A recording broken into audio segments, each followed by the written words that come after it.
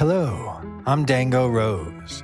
Welcome to the Mountaineer Podcast, where everybody's listening. The Mountaineer brings you the latest news of the Peak to Peak region, in print, online, through our podcast, social media, and special publications.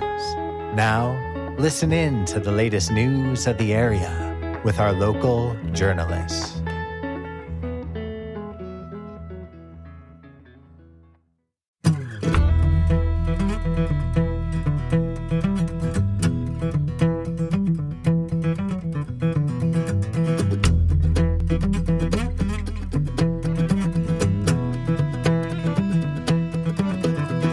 This is my first and last confession. At dawn I walked a mile. I meet the undertaker and his face will bear a smile. I looked all over. The song that you are currently listening to is called Tossing and Turning, and it is one of the songs on the latest record from Jake Leg, their debut record, in fact, Fire on the Prairie, which you can stream now wherever you get your music. They'll be performing at the Gold Hill Inn very soon, but in the meantime, if you want to learn more about them as a band, then you can check them out on social media or head to their website at jakelegmusic.com.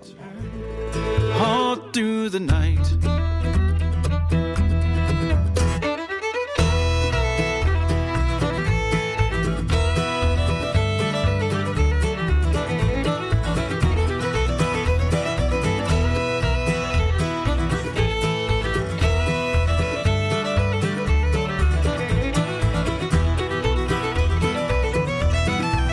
I've lived a life of sin and solitude. It's too late to repent. Soul be forsaken after all my time's been spent.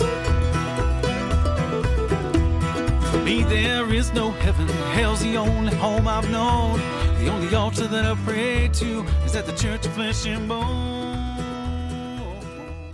Happy August, everybody! My name is Jamie Lammers, and welcome to this week's Music of the Mountains, brought to you by the Mountaineer Podcast, based on the weekly column of the Mountaineer newspaper. This week, I've got a guest that I've been talking about for quite a few weeks now, and I am very excited to finally have his interview here. Before we get into that, though, there's something that I wanted to talk about regarding Wednesday's episode of the podcast, where I opened by saying a bunch of things about the recent fires that have been cropping up, including the fact that Boulder County enacted Stage 1 fire restrictions on July 1st. Well, on August 1st, they went up to Stage 2 fire restrictions. So, there are now a lot more things that you just should not do in unincorporated Boulder County, including building, maintaining, attending, or using an open fire, campfire, or stove fire on private and public lands, selling, using, or possessing fireworks, including otherwise legal fireworks, shooting or discharging firearms for recreational purposes, and many other guidelines that I just don't have the time to read off here. If you want to learn more about what guidelines are enacted right now, then please go to bouldercounty.gov and learn more about how you can follow these guidelines. I said it on Wednesday's episode, and I'll say it again. It is incredibly important, not just now, but also in the future, to keep an eye out on our fires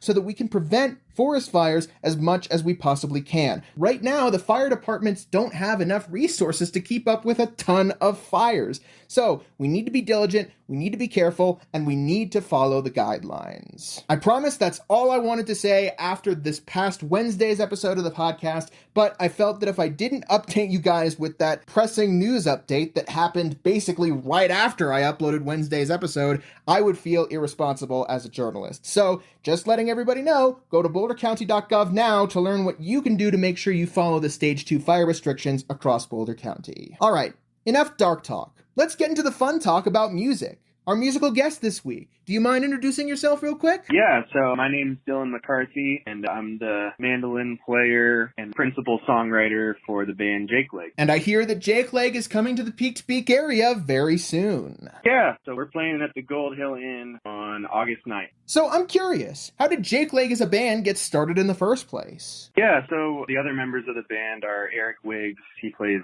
guitar and is our lead singer. Justin Hoffenberg plays fiddle, and his brother brother Aaron Hoffenberg has been playing bass with us for just under a year now. But we all had known each other for a while before this band kind of came together. We played music together informally, just in jams and stuff. And we'd also occasionally done some pickup gigs together or some gigs that were also a little less formal. But we were all friends. They'd been playing music together. And when we first started playing music together in a more structured way, I guess, it was actually as part of this Béla Fleck tribute project that we called All Wheel Drive, which the whole idea behind that was we were going to learn Béla Fleck's album Drive, all the songs on it, and perform those songs. And we did do that, and we've done it, I don't know, at least 10 times. That was back in 2019 when we started doing that. But that was me and Eric and Justin, and we also had our original bass player for Jake Lake, Troy Robey, but we had a banjo and a dobro involved in that as well, which was Sam Armstrong-Zickefoose and Justin Konrad. So we were doing that project, but Jake Lake sort of was born out of that a little bit, just in the respect that we were playing music together in that project, and at a certain point the idea came around of continuing to play music together but shifting the focus towards original music and writing some songs and stuff. And so that's kind of when we started working on Jake Lake, which was kind of centered more around writing music and working on our own sound. In case you're curious where the band name came from, here's a fun detail that I didn't ask Dylan about, but that I found out later, and that I regret not including in the article this week. Back in the 1930s, there was a medicine called Jamaica ginger, which contained 70 to 80% ethanol by weight. Of course, this was during Prohibition, so people really wanted to get their hands on alcohol. They would often drink this substance and then suffer a paralysis of the hands and feet that quickly became known as Jamaica ginger paralysis or Jake paralysis. Jake paralysis, by the way, came from Jamaica ginger's slang term, Jake. So that's where the term Jake Leg came from. Again, I kind of regret not asking Dylan about this or putting it in the column this week because I think that's really fascinating. Here's a question that I'm sure nobody else but me cares about, but that I still wanted to ask anyway. When you performed as All Wheel Drive, did you perform all of the songs from the album Drive in the order that they were put on the album? Yeah, we've done it a handful of times. We did it at the Wildflower Pavilion at Planet Bluegrass one year, and we did it at Midwinter Bluegrass Festival. But yeah, we play the album Drive in the order that it's tracked in. So yeah, we play every song in the order of the album. And that was a really fun project. We may revive that at some point if there's interest for it. But yeah, when we do Drive, we do it in its entirety in the order it was released. Well, how about you, Dylan? We're going to put the spotlight on you in just a second for reasons that I'm very excited about, but we'll get to that later. In the meantime, how about you tell us where your musical background started? Oh, sure. Yeah, I mean, my musical path is a little bit winding, as I think it probably is for a lot of people. But I mean, I got started playing music when I was around 6 or 7. I was doing piano lessons for a few years, and then I shifted over around the age that I was 10. Kind of didn't think piano was cool enough anymore, and I wanted to play guitar. So I started, my mom just had an acoustic guitar around the house, and I just picked that up and there was like a little songbook that she had, and I was just teaching myself some chords that way. And I would say really kind of sparked a passion for music was a little bit later when I was in middle school, and it kind of started as a listener. I started getting really into classic rock, was really the first music that really grabbed me, which was the Beatles and Led Zeppelin and Jimi Hendrix and stuff like that. And I started a band with my friends at that time towards the end of 8th grade going into high school, and I was playing electric bass in that band, and that was a full-on rock band. But that's when I started, I remember around that age and doing that band was when the pendulum started to swing, where I was like, I think music is what I want to do with my life in general. And so in high school, I was just getting deeper into my love for music, but my focus didn't really shift towards bluegrass until I was around 18 when I went to Telluride Bluegrass Festival with my brother, and that exposed me to bluegrass for the first time. I'd really never heard that stuff, but as soon as I did, it really flipped the switch for me, and went home and bought a cheap mandolin and started trying to figure that out. And so I'm 31 now, so that was 13 years ago, and I've kind of been on the bluegrass path since then. And I assume that during that long, winding path of your musical journey, you ended up writing songs pretty early on, despite the fact that that they were probably in a different style than what you're writing now. Yeah, that's definitely the case. My mom has a home video of me at like 5 years old making up a song for my grandma, so I guess you could say I was coming up with songs since I was a really young kid. I remember pretty distinctly, it was part of a school program when I was in 4th grade that was a music-focused thing, but I remember what I would earmark as the first song that I wrote was around that age when I was 9, and they helped you, the teacher who taught the music program would help you with whatever aspect you needed, if you needed help writing some lyrics or writing some of the music. But I remember that was kind of the first time that I had tried to write a song, was around the time that I was 9. I didn't really take off with it necessarily at that age. But yeah, it was around when I was in high school and I was in the rock band where I revisited writing songs, because it was a collaborative effort for sure. You know, I was the singer in that band and played bass. Me and the guitar player were really close friends, and we would write songs together. So it was really a lot of times him coming up with a riff or a cool musical idea, and then I would figure out what to sing over it and put some lyrics to it. And so, yeah, stylistically, it was more in the vein of hard rock or classic rock. But that was the first time in my life that I was writing a lot of material, certainly in a different style than I am now. But I do think a lot of that kind of shows up in my songwriting still. There's a few songs on Jake Legs, the record that we just put out recently. A couple I could point to, like Fire on the Prairie, and another song called Tossing and Turning, that I think you can see the rock edge in some of those songs. And I think it's not even really a conscious effort. I think it's just a holdover from my early influences of just getting into music. So, yeah. Is there anything in particular that has stuck out to you over the years while writing songs? Is there anything about the writing process that has really grabbed you? It's a good question. I mean, a lot of my songs, I think, are kind of narrative focused. I like, when I'm writing songs, I usually try to think of or I'm inspired to write about a certain subject, but I think about the overall theme of what I'm writing about. So it might be the theme of loss, maybe, or there's a love song on our record, so the theme of falling in love. But whatever the core of the song is, I like to illustrate that theme through a story or through actions. So I guess what I'm getting at is part of my favorite part about songwriting is sort of coming up with a story or a scenario or a character that is going through something that is sort of tangible, like out in the real world, but that experience is conveying the deeper message of, like, Jackie is one of the songs on the record that is about losing someone close to you, but kind of the way that I tell that story is more through the lens of who the person was and how they were related to each other. So I guess the short answer to your question is, one of my favorite aspects of songwriting is coming up with ways to, I guess, show, not tell these bigger themes through stories and characters rather than directly talking about it in, I guess, maybe a more abstract way. Do you prefer playing in a group or by yourself? Are there pros and cons to both? Yeah, I definitely prefer playing in a group. There's just so much about that to me elevates the experience, or just opens up a lot more possibilities. I like playing in a group for a lot of reasons, but one is just you have someone else or a group of people who are also giving creative input into this song or this performance, and just by the nature of listening to what they're doing or how they're playing is going to influence what I do and how I play. And I just like the feedback loop that happens just when you're playing with someone and you're really listening to each other and feeding off of each other. That to me is one of my favorite parts about playing music. So there have been times in my life where I've done more solo shows, or not even that long ago I did a songwriter showcase that was at the IBMA, the International Bluegrass Music Association, which was cool, but that was,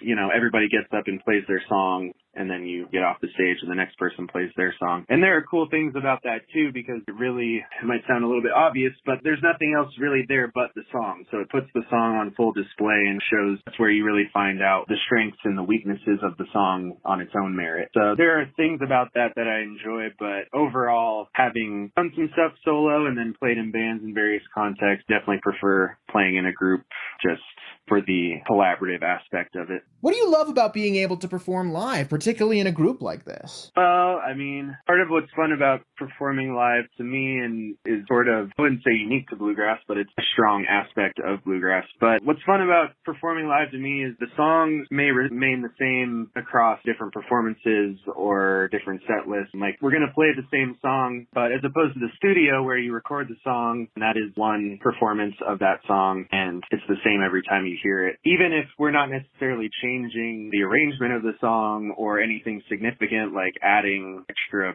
parts to it or anything. Even if you perform the song the same way structurally every time, it's always going to take on a little bit of a different feel every time you do it. So just by the nature of being humans and it being a different day in our lives, sometimes the song might have a little bit more intensity, or other days it might feel a little bit more subdued. And I just like the living, breathing aspect of performing live, where you're always coming to the table from wherever you're at in that moment, and it's going to bring something to that song and performance that only exists in that particular situation. Is there anything that you hope audience members will be able to take away from your shows when they come and see the band? Yeah, I hope when people come and see the band, I want them to first enjoy themselves and have a good time. That's, I think, what a lot of us are looking for out of a live music experience. I want them to be excited and have fun. Something that I hope that people take away too is, I think, particularly in bluegrass, there's a lot of emphasis that's kind of put on sort of the spectacle of playing solos and the picking and the lead playing, which is all very exciting and part of what we love about that music. But sometimes I think that can sort of overshadow some of the quality of the songs themselves and the lyrics and stuff like that. So something that I hope people get out of a Jake Leg show is exciting music that is fun for them to listen to, but also maybe a deeper layer there for connecting with the songs and what the songs have to say. And is there anything else you'd like to add before we sign off for our interviews and move on to our music mentions? Nothing necessarily, just that I've spoken about it a little bit, but that our debut record came out on May 11th, so it's been out now for, I guess, 4 or 5 weeks or something like that, but it's still pretty fresh. So that record's called Fire on the Prairie, and it's out now. It's on streaming, but you can also buy CDs at a show or on our website. But yeah, that's kind of the main thing, is just this record still being pretty fresh and fairly new, and especially new if you haven't heard it yet. So yeah, I think that's kind of the only thing, really. Thank you so much to Dylan for coming on board and joining us for the podcast. Sorry it's taken me so long to actually get this interview out into the open. I've postponed this way longer than I should have. Like I've mentioned previously, he is the third in a series of 3 artists that I meant to promote 3 weeks in a row in the order in which they were supposed to perform, and Jake Leg was supposed to be first, and Eli Lev was supposed to be last, but I accidentally switched the order, so now Jake Leg is last. But I am so glad that it ended up working out the way it did, because now I can announce some awesome awards that Jake Leg was nominated for. The band has already been gaining a lot of momentum in the last year. Not only have they released their debut record, but in February, they were named by Denver Westward as one of the 10 top Colorado bluegrass bands. With mainstays like Leftover Salmon and newer artists like the Cody Sisters or Big Richard, Colorado is a hotbed of excellent bluegrass. That's the opening statement that Nick Hutchinson put in that article, and Jake Leg was included amongst that list, so congratulations to them. However, I think the even bigger news is news that came out on July 24th. So if I didn't postpone this particular column and podcast to when I did, I wouldn't have even been able to talk about this. The International Bluegrass Music Association has announced their nominees for the 2024 Industry and Momentum Awards, and the winners will be chosen later this year by select committees of IBMA members chosen for this purpose in a multi-stage process of voting. And I am very excited to announce that for the 2024 Momentum Awards in the band category, Jake Leg has officially been nominated. And for the instrumentalist category, Dylan McCarthy has been nominated. So congratulations to Jake Leg and to Dylan for this incredibly awesome nomination collection. This is seriously awesome. The Momentum Awards are going to be presented during the 2024 World of Bluegrass Convention later this year on September 25th. So if you're going, be sure to let us know who won. And be sure to support Jake Leg and Dylan McCarthy in their ride to win this award. Once again, congratulations to you guys. This is super exciting. In the meantime, if you want to see what everybody's getting excited about with Jake Leg, then you can see the entire band performing live at the Gold Hill Inn, located at 401 Main Street in Gold Hill on Friday, August 9th, 2024, starting at 8 p.m. You can also check out their debut record, Fire on the Prairie, wherever you get your music. And be sure to learn more about them on their social media pages or by going to their website at jakelegmusic.com. And now for this week's music mentions. Head to Busey Brews, located at 70 East 1st Street in Netherland on Sunday, August 11th at 2 p.m. to see the Brandywine Duo performing live. Head to the Gold Hill Inn, located at 401 Main Street in Gold Hill on Friday, August 9th at 8 p.m. to see Jake Leg performing live. And also be sure to head there on Sunday, August 11th at 5:30 p.m. to see Thunder and Rain performing live. Head to the Gold Hill General Store, located at 531 Main Street in Gold Hill on Saturday, August 10th at 7 p.m. to see Goldie and the Grindstones performing live. Head to Hallenwood Brewing, located at 51A Main Street in Rollinsville on Saturday, August 10th at 5 p.m. to see Violet Breeze performing live. Head to the Jamestown Mercantile, located at 108 Main Street in Jamestown on Wednesday, August 7th at 5 p.m. for an open mic night, on Thursday, August 8th at 7 p.m. to see Wind Up Birds performing live, on Friday, August 9th at 7 p.m. to see Pour Free performing live, and on Sunday, August 11th at 12:15 p.m. to see Eli Lev performing live. Head to JKQ Barbecue, located at 200 Gregory Street in Blackhawk on Friday, August 9th at 6 p.m. or on Saturday, August 10th at 5 p.m. to see Boys of the Town performing live. I didn't get the chance to mention last week that this weekend on Saturday, August 3rd, Knotted Root Brewing Company will be hosting Solvera starting at 1:30 p.m. But hopefully I have given enough time to also mention that they will host New Family Dog Trio on Saturday, August 10th starting at 5 p.m. They're located at 250 North Caribou Street in Netherland. They're also hosting DJ nights on Fridays at 7 p.m., reggae DJ nights every second Friday at 7:30 p.m., and jazz Sundays every Sunday at 5 p.m. Head to the Netherland Community Library, located at 200 Highway 72 North in Netherland on Saturday, August 10th, starting at 5 p.m. for the grand opening party for the library's brand new Reading Garden, where you can get root beer floats, play outdoor games meant for all ages, get involved in face painting, and see live music with Nick of Time. Head to the Old Gallery at Allens Park, located at 14863 Highway 7 in Allens Park on Saturday, August 10th at 6 p.m. to see Shanna and Address performing live.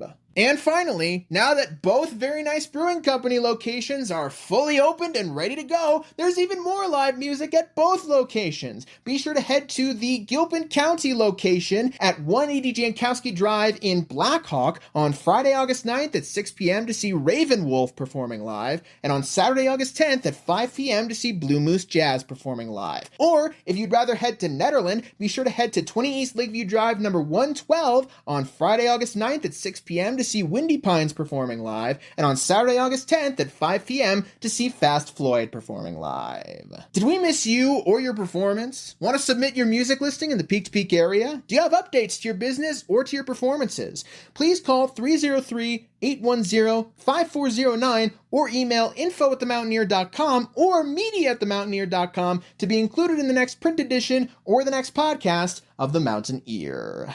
Thank you so much to everybody who tuned in to this week's Music of the Mountains, brought to you by the Mountaineer Podcast. I really hope you enjoyed both this episode and the column that's in the physical paper, because I know I did. So be sure to tune in next week for the next Music of the Mountains. But we'll be back on Monday with the very special episode of the Miscellaneous Monday Mountaineer Podcast that I have been teasing for goodness knows how long at this particular point in time. I'm very excited to finally bring that episode to you guys. But in the meantime, you can share this podcast with whoever you see fit by going to the mtnearpodcast.buzzsprout.com or by going to the mtnear.com/the-mountain-ear-podcast and sharing each episode around. And if you'd like to get involved in the podcast in your own way, whether you're a business person or a musician or a local in any capacity, or you'd like to get advertising in for the podcast, then be sure to let me know by emailing me at media@themountaineer.com, and we'll get something sorted for you as soon as we can. I'll see you guys on Monday for the very special episode of the Miscellaneous Monday Mountaineer Podcast.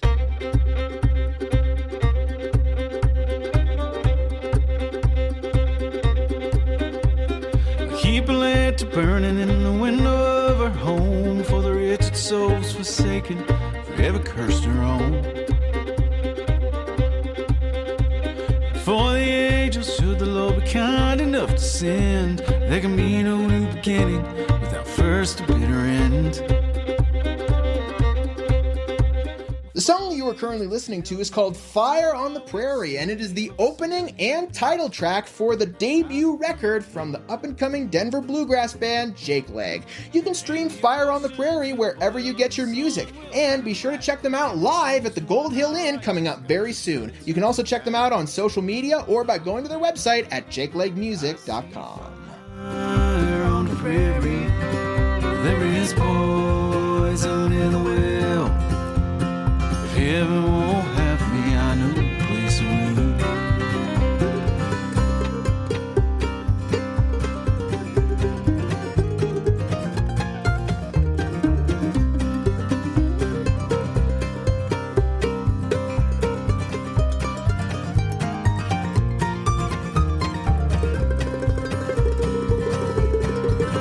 I remember as a child the heavy summer rains, a low rumble coming from far across the plains.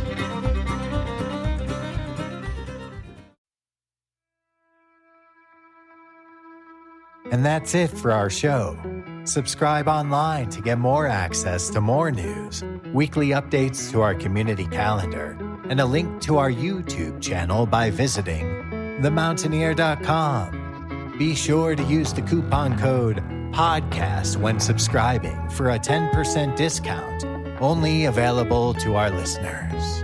If you are in the local Peak-to-Peak area, be sure to pick up a print edition of The Mountaineer at a local business. I'm Dango Rose. Thank you for listening.